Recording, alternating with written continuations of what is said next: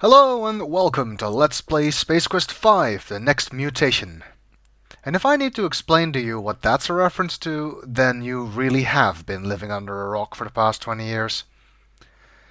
After the release of Space Quest 4, the two guys from Andromeda parted ways. Mark Crow moved to Dynamics, a daughter company of Sierra, while Scott Murphy stayed in Oakhurst with Sierra. The two would never work together on a Space Quest game again. Sierra was apparently getting swamped with work, and Dynamics volunteered to do Space Quest 5 with Mark Crow in the director's seat.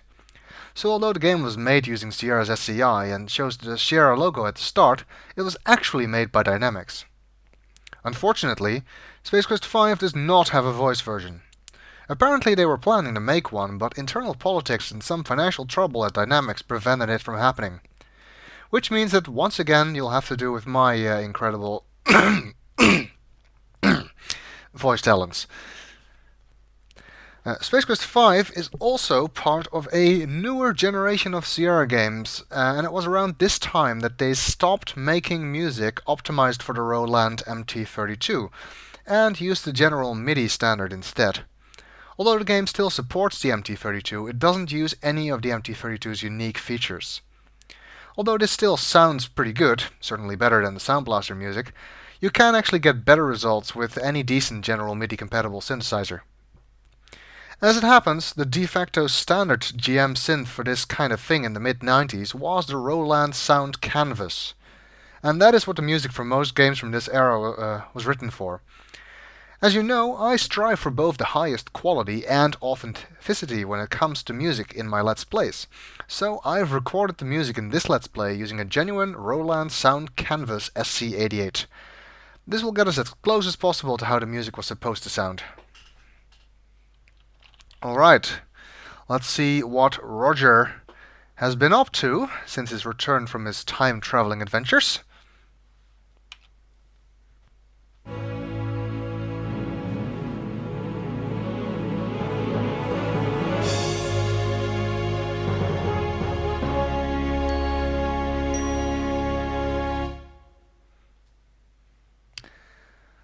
Okay. One consequence of the fact that we're not using the MT32 is that there is no fun message to look at on the LCD display, because General MIDI does not support that. Okay. Read Technobabble actually is the help. But we're just gonna see the introduction and start a new game.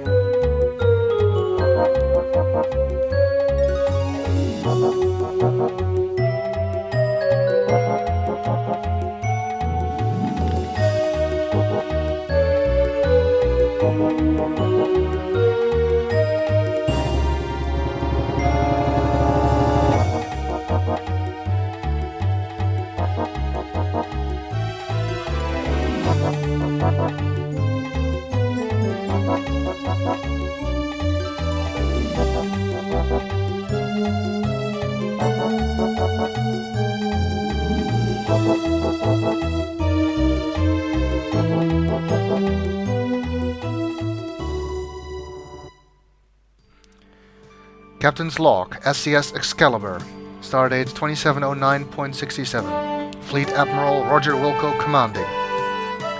The Excalibur is on course to investigate the mysterious disappearance of several ships in the uncharted region of space known as the Menudo Triangle. I no doubt have been selected for this mission due to my great achievements as a military leader and matchless diplomatic skills. That doesn't sound like the Roger Wilco we know.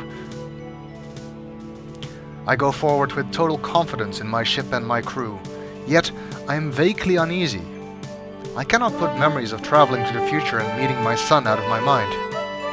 Each night, my dreams are haunted by the image of the woman he said would one day be my wife. I know she's out there, somewhere. But that's not important right now. The fate of trillions rides on the decisions I may have to make in the next several hours. As captain of the Star Confederacy's proudest flagship, I must follow the supreme guideline. To boldly go where no man has... No. To bravely traverse where no creature has traversed. That's not it. Skip it.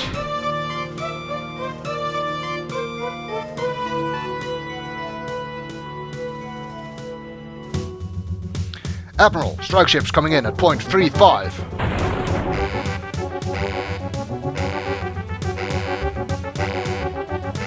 Shields up, battle stations, lock weapons. Neutron beams locked, proton torpedoes armed. Tactical fire neutron beams, helm hard to port.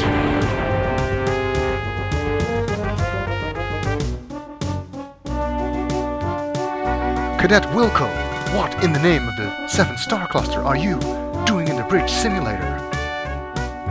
Get your sorry carcass out of there and get back to class where you belong, Space Cadet.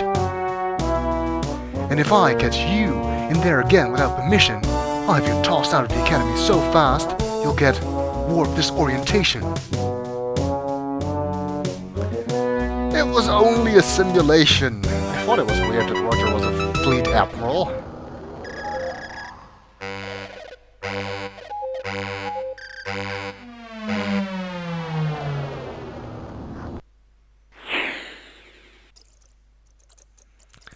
Looks like they have a rodent problem in here. His illusions of spacefaring grandeur cruelly shattered by Captain Quirk, Roger Wilco exits from the bridge simulator into the hallways of the Star Confederacy Space Academy, where he has enrolled himself in an attempt to realize his lifelong dream of becoming a starship captain. That's quite a step up from being a janitor. The last several months have not been easy for our hero, what with having to juggle time between skipping classes, snoozing through lectures, and spending long moments considering the implications of actually opening a textbook. But our fearless former sanitation engineer has stumbled resolutely past these obstacles, pursuing his goal with unwavering determination, blissfully unaware that fate was about to hurl another spitball in his direction. Well, that's always the case, isn't it?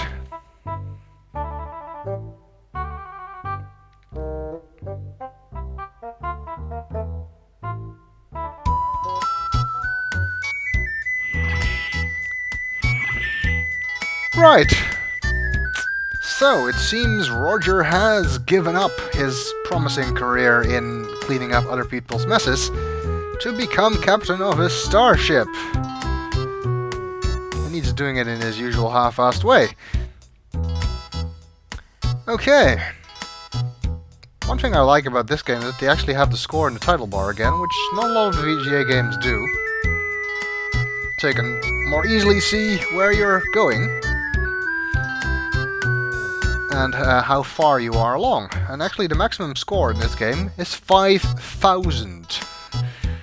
That might make you think that the game is really, really long, but that's not the case. It just seems that the Space Quest universe is suffering from points inflation. Let's speed things up a little bit. Alright, let's look around at where we are. Apparently it's the Star Confederacy Academy. This hallway is one of 4 that encircle the Academy landing bay. Students, faculty, and members of the Star Confederacy staff use them to travel from place to place within the station. Well, that is usually what hallways are used for. Through this doorway is the Academy's bridge simulator, the scene of your latest humiliation at StarCon Academy. This ergonomically designed, state-of-the-art personal access corridor is designed to allow sentient creatures to traverse the station with maximum efficiency. I think you actually get a different message when you look at it sometimes. You find yourself in yet another of the lovely and scenic StarCon Academy hallways. Check out the attractive light beige on dark beige color scheme, and take a big whiff of that freshly recycled air. It's nice that they don't repeat messages, although they do have the same set of messages used between every hallway here. There's a panel there. This panel, when it works, allows the user to call up a 3D holographic schematic of the StarCon Space Academy. Ooh, that sounds neat. Oh. let's try and use it. Darn, the holomap directory isn't working right now, and it's a shame because the map system is really cool looking, with Gorat shading, texture mapping, and ray-traced images of every room in the complex. Okay. I guess they didn't feel like actually making that. Oh, we'll see what else we can find here and what we can actually do in the next video.